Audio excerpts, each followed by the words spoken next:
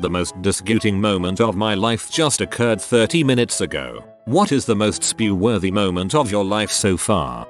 In a soccer game a few years back, I slipped backward on mud while making a kick and proceeded to extend my left arm to break my fall. I then heard what sounded like a tree branch snap and tried to get up. I couldn't because my arm had broken into 2 pieces, like I had an extra joint between my wrist and elbow. 2 people on the sidelines threw up. I squirmed and then I laughed. The internet summed up. In grade school I was eating one of those Campbell's soups in a small can thing that you can microwave. It was New England clam chowder. We were eating outside. I'm happily nomming away when I find something strange. I spit it out, and to my horror I realized it was an enormous bird turd. My friends saw the bird crap in my food but didn't say anything. Then they started to laugh. The situation was just too much for me, so I ended up projectile vomiting all over their lunches. Justice was freaking served. Emo. It wasn't, unless after puking on their food you punched each one of those bastards in the snout. My mom once drank a cup of coffee in a cafe in Paris. After the last sip was taken, a huge toenail was resting at the bottom of the cup. It's been about 15 years but it still haunts her. I was going down on a drunk girl and she ended up crapping herself while I was down there and I got some in my mouth and I threw up on her crotch. My gorge rises just typing this. Plague. I was at a house party, getting obliterated, when this girl starts chatting me up. We have mad chemistry, and before I know it, we're in an upstairs bedroom sucking face and grinding. Clothes start coming off. She had an amazing body, lithe and athletic. Definitely into it. We got naked very quickly. Technically I wasn't going down on her cause she was above me, straddling my face, so gravity ended up doing most of the work. She must have been really drunk, because it didn't come out noiselessly. It was this ripping burbling noise, and time seemed to hang. When I heard it, I knew immediately what was going to happen. Oh frick did she just, and then warm crap rolling down my face. There was a lot of it, and it splashed all down my front. That fricking sound still haunts me. The smell was petrificent. Imagine beer shoots on your face, straight from the source. Once my brain processed what had happened, vomit, everywhere, vomit, projectile vomit, big hearty heaves. Once the puking stopped, I was out the door, screaming. I made a naked dash for the bathroom, where I puked some more. My pouch undering cleaned out my mouth fairly well. Then I got in the shower and tried to wash everything out of my hair, head hair, face hair, chest hair, pubes. My buddy had been coming up the stairs, looking for me, and witnessed my crap covered, naked, screaming exit. He knocked on the door and was like, "Hey man, are you okay?" So I asked him for a 100 beers. Then I curled up in fetal position in the shower and nursed a tube of toothpaste. My buddy came in with a beer a few minutes later and asked what had happened, that some kids were pretty freaked out, and that we should probably leave. So we left, and I was never invited to another Phi Beta party again. You earned your brown wings that night, son. When I was 16, my folks vacationed in Alaska, leaving me and my 4 brothers to fend for ourselves. The 4 inches sewer line to our septic tank clogged, so it fell to me to snake out the clog. The pipe had a threaded brass clean out plug. When I put a large pipe wrench on the brass cap and proceeded to crank on it, the brass plug broke and a quarter-sized hole opened. I was still standing in front of the plug. All of the human waste, toilet paper and shower water that was in the pipe above shot out of the hole, drenching one stroke to my face and the right side of my clothes. The 2 brothers who were assisting me almost fell in the puddle, laughing so hard. When I tried to go and clean up, they wouldn't allow it. You can't use the shower. You're already covered in it, so you might as well clean it up.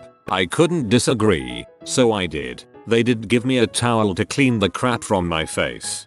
Frick man, I would have at least grabbed the garden hose and hosed myself off jail shower style, at the very least.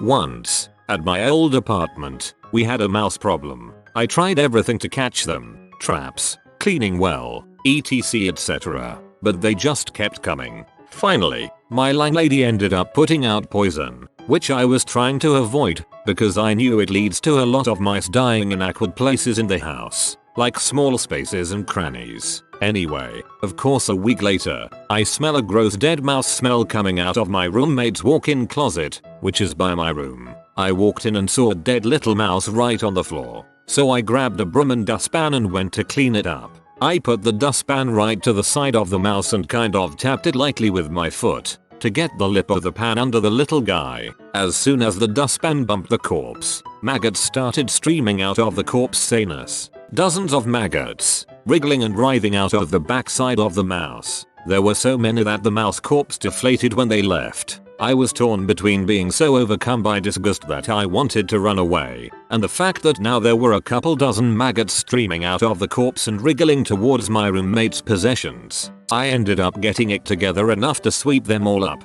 with the corpse, toss it all into a garbage bag, throw it outside, and then run back inside and take a shower. A lather crying game. What in the name of frick? Our dog had some sort of stomach ailment but was house trained enough to know we wouldn't be psyched if he crap all over our apartment. So, being the smart dog he was, he decided to hide before crapping. Of course, hidden crap still smells like crap, so my wife and I spent 10 minutes walking around the apartment trying to find the mess. He had hid it well. Eventually, we stumbled on one tiny brown paw print and started to clean that up. As I wondered how one little spot could have made the entire apartment smell, out of the corner of my eye I glimpsed a massive black oil slick behind our TV stand. I knew we were in for a long night. In his twisted canine genius, he had wedged himself in the small 1-3 feet area behind the TV stand and dropped a diarrhea slick equal to his body weight. Like most people, I don't do a lot of organization of the rat's nest of cables behind my TV. Imagine untangling and cleaning every cable for a TV, stereo receiver,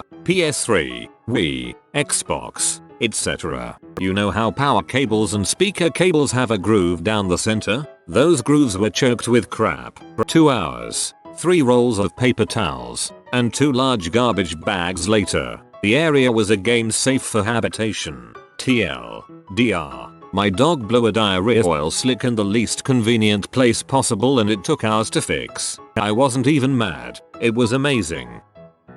I revisited my Arnold Palmer half and half can to get a sip after letting it sit for no more than 3 unsupervised minutes, and after I set it down I saw something hanging out of the lip. It looked like a thin dark toothpick. I stared at it for at least 10 seconds praying that it wasn't what I thought it was and somehow convinced myself it was nothing at all. Then I thought it would be a good idea to go ahead and pull it out. It was the King Kong of cockroaches, just chilling in my tea like it had nothing better to do. I haven't been able to drink out of a can since. In my freshman year of college, I wanted to see what would happen to a gallon of whole milk if you left it in its jug for a school year. In short, I taped up an entire gallon and left it in the back of my closet completely untouched. During exam week, I asked my friends and my RA if they wanted to witness the milk miracle of 1999. I took the tape off and threw the bottle as far as I could. When it hit the sidewalk, the bottle burst and some clear liquid and white chunks spilled onto the ground. There was also a small gust of white vapor, but I didn't think anything of it. It was extremely disappointing until the smell hit. The guy next to me jumped as if someone had startled him, and as we all began to smell it, we ran in the opposite direction. No one vomited, but the wind shifted and the milk gas blew back towards our dorm, and suddenly you could hear around our small building cries such as "God frick. What the frick is that?" and "WHO the frick did that." This made me laugh loudly, and in a somewhat hysterical fashion. I read it aloud to my husband. He laughed a lot, too. Every time I even think about it, I start laughing again. That's it. I'm worthless for the next 10 minutes. I was a forensics student. There were some forensics grad students in one of my classes, and they regularly worked with the professor on actual cases. In one case, a man had strangled his girlfriend, then put her in a Rubbermaid tub, sealed it, and left the tub out in the woods. 6 months later, he was overcome with guilt, turned himself in, and led the police to the tub. In the meantime, all of the soft tissue had turned absolutely to liquid. Sludge, really. Brown sludge composed of dead girlfriend meat. Now, forensic anthropologists work mainly with bones. Only with bones, really. So they had to search out the bones from this sludge. All the bones. Tiny bones. Bone fragments. You do this by screening it, running small quantities of it very slowly through very fine screens, and collecting any hard pieces that are caught. It's a long, time-consuming, disgusting process, often taking days. Exactly the sort of bee work you give to graduate students. Now, one of these grad students had long blonde hair that normally she kept tied back in a bun in the lab. While she was screening it, a thick lock of hair fell out and dipped deep into the human goo. Now, being a good scientist, she didn't just freak out or something. She carefully scraped the goop off with her gloves, then washed that strand of hair in the lab sink, tied it back, and kept working. She went home that night. She showered. The smell of human goop filled the shower. She washed her hair. It still smelled. She washed it again. No better. She washed her hair for hours that night and still swore she could smell human goop. So the next Monday, when she came into class, her head was shaved. TLDR. Woman gets human goop in her hair, can't get the smell out, shaves her head.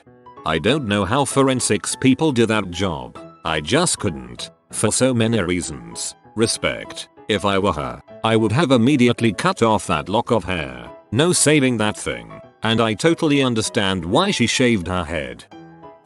In middle school we were dissecting frogs in class, and one of the activities was to put a straw in the frog's mouth and inflate the lungs, and one of the girls at the other table had the dead frog fluid back up in the straw and go into her mouth, where and she immediately puked all over the place.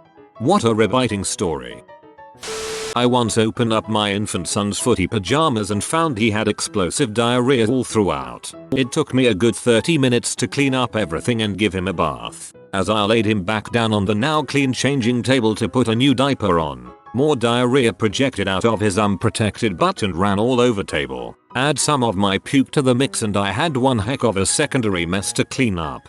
Explosive diarrhea all throughout. At this point you just get in the shower holding them.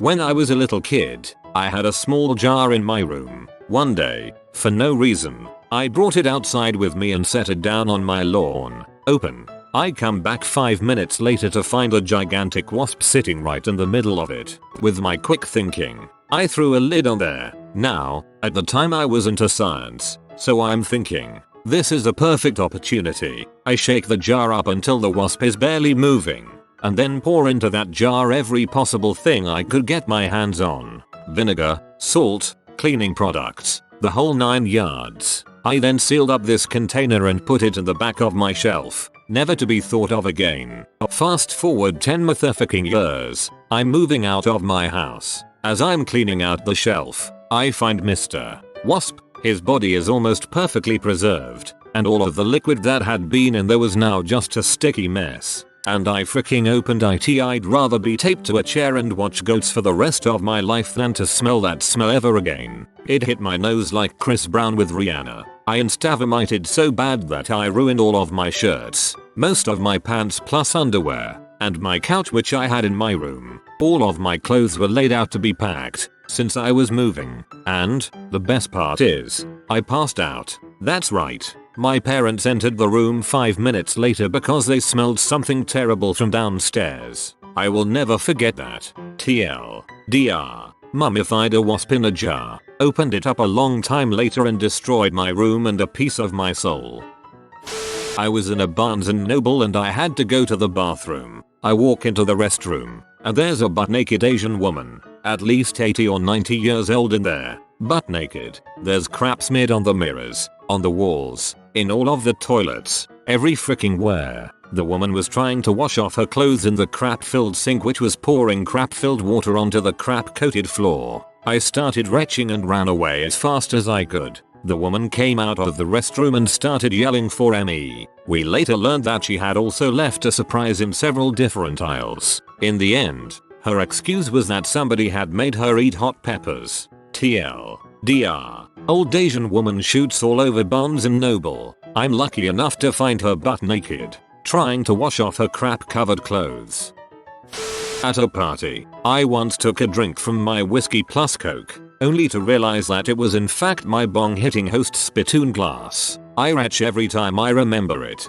I was drunk and accidentally drank for the beer can I was using as an ashtray that had about 1/4 beer in it. Realization at times like that is horrible.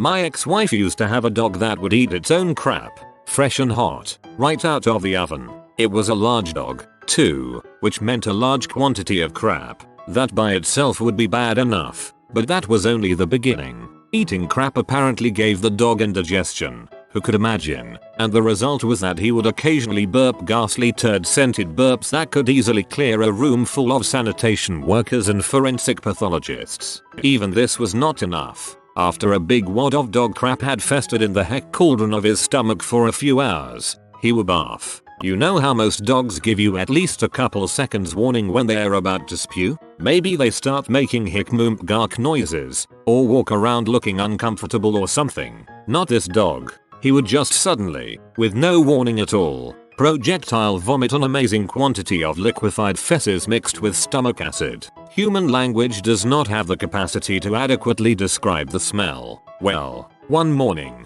this dog jumped up on the bed to greet my wife and immediately drenched her chest, neck, and face with hot and sour liquishits that had been fermenting since the night before. Understandably, she also immediately barfed all over the blankets, sheets, and pillows. Luckily, this happened after we were separated and I was no longer living with her, so I mainly have happy, lulzy memories of the event as she described them to me. If it had happened to me, I would have immediately run out into traffic and tried desperately to be hit by a speeding truck. There are some things you never get over, and I bet that's one of them.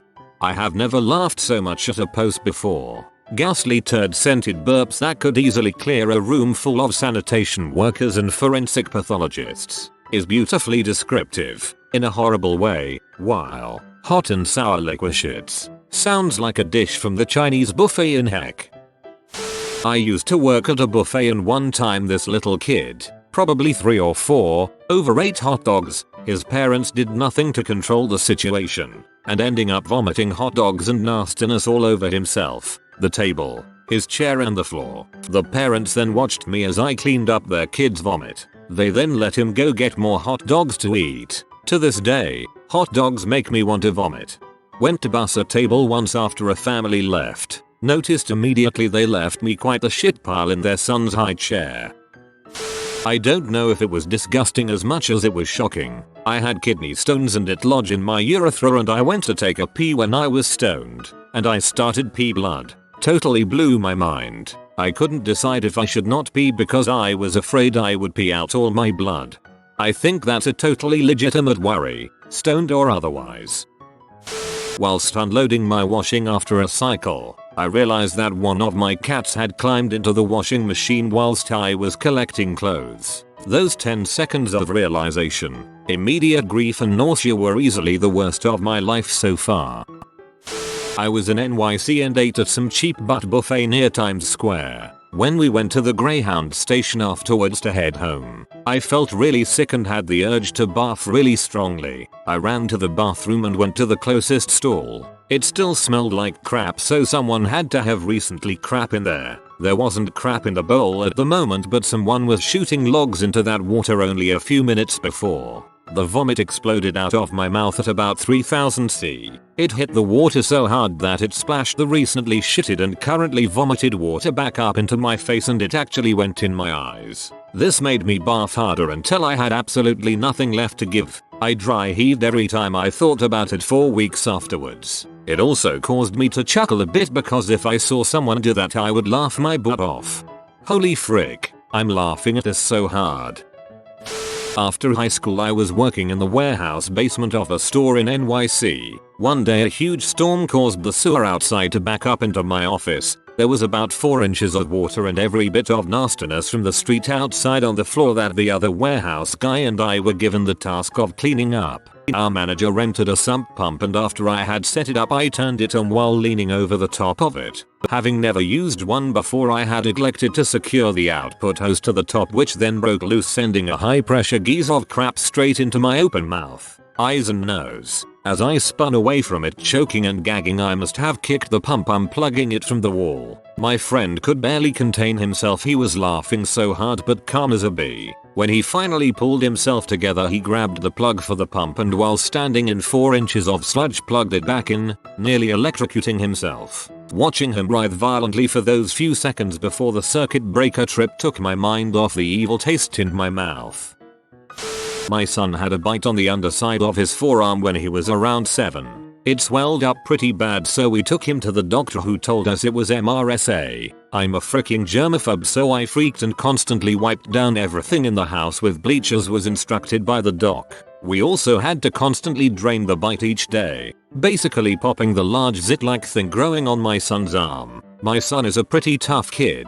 However, the thing was extremely painful to him when I tried to drain it. I had to squeeze the crap out of it while he whined in pain. Understandably so. His mother, my girlfriend, left this job to me since it hurt him so much. I had the sterile gloves on one evening and we went to work. Every day prior, when I would squeeze it, a little bit of pus and clear liquid out. He'd scream and cry and we would stop. This day a lot of crap started to come out. I told him we were gonna squeeze just a little more and all of a sudden his arm exploded. This gross nasty brown crap literally sprayed our entire bathroom and my entire face. I had freaking MRSA covering my face. I freaked. My reaction was so out of character my son ended up laughing at me while I scrubbed the entire bathroom and my body for the next hour. His arm got better in a couple of days.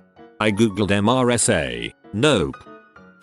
I am not gay, but for a long time, I was really curious about what it would feel like to get fricked in the butt and have my prostate stimulated like that. So, a few years ago, when I was on a business trip to Vegas, drunk and feeling particularly frisky and adventurous, I ordered a fully functional tranny H to my hotel room. I took a nice dump and gave myself a couple of enemas beforehand and thought that I was good to go. Anyway, so later that night, this rather hot tranny is making love to my butt and I find myself to be rather enjoying it. Poppers really do make it better. When all of a sudden, she thrusts into me balls deep and it hurts like heck. I yell out in pain. She quickly pulls out and I crap all over her. She proceeds to vomit all over my back, at which point I proceed to vomit all over my pillow. It was freaking horrible. The tranny was very sweet and understanding though and helped me with the cleanup. LOL sounds like a scene out of South Park. Also, upvote for I'm not gay but. I used to work in an infant room of a daycare. One day I go into the nap room to get one of the kids up from their crib. I put my arm around her back and pick her up when the worst smell ever hits me. I start my sentence. Hey guys, do you smell? But, wait, no, it couldn't be. Yes, this girl has crap all the way up to her neck. It leaked through her diaper because her parents didn't want to move her up a size until they used all the millions of diapers they bought in a smaller size. It was freaking everywhere, over her crib. It dripped on the floor as I carried her across the room. People down the hall in the other classrooms were complaining about the smell, and I was there, changing this crying 1-year-old and trying to shower her off in the sink while I'm trying to clean myself up. When I think about wanting kids, I think of that moment and decide no, not yet. The most epic infant poop I ever had to clean was pooped by my oldest daughter. She had poop all the way up into her hair and down into her socks, soaking them. She's 25 now, and I remind her about it every chance I get. When I was about 10-11 I went to my neighborhood McDonald's fancying a Big Mac. It was delicious. That wonderful dog food like burger was melting in my mouth and all the creamy goodness of that still mystifying special sauce was going down on my taste buds. Halfway through this magnificent beast, I chomp into a huge ball of hair. I am not sure what kind of hair, but it was disgusting. It looked like someone cleaned their drain catch and brought it in the put on my burger. I immediately started gagging and made my mom pull over so I could throw up. Never went there again. TLDR. Went down a Big Mac that hadn't shaved in months. I work at medical facility that performs abortions. This past Saturday a patient had come in to prep for an abortion and have her laminarius put in, little sticks to dilate the cervix. Everything went fine and she went home. Later that evening, we received a call about 11 PM or so saying the patient had begun to miscarriage. Turns out the husband was an abusive drunk and had gone straight to the hospital. We opened today specifically to see this patient. The couple arrives and the husband hands me a school bag and says, "Here, take this." I don't know what to do with it. Like an idiot, I open the school bag. Inside is a 22-week fetus that had been rotting and decomposing in blood and tissue and nastiness. For the first time in this field, I was seconds away from uncontrollably vomiting everywhere. The smell, I can't even begin to explain what it was like. Suffice to say that right now, just thinking about it makes me want to vomit. Anyway, I hand it over to the doctor and he gagged real hard and then, you guessed it, vomited all over the floor. He said he never smelled anything so horrendous in his life. He cleaned it up and took some samples for pathology and then we had some lunch. The end. And then we had some lunch. You, sir, have a stomach of steel.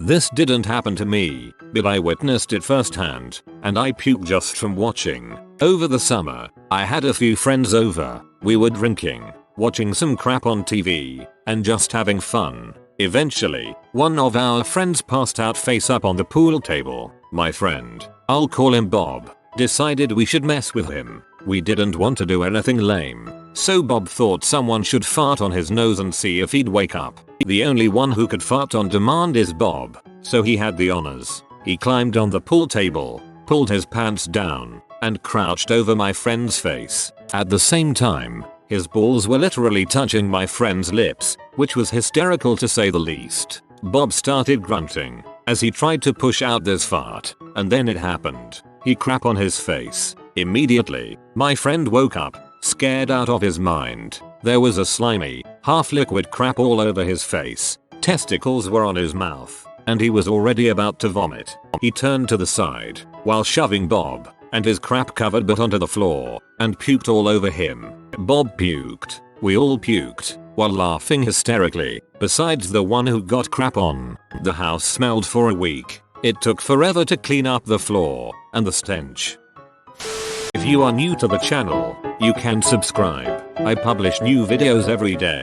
Until then, check another video.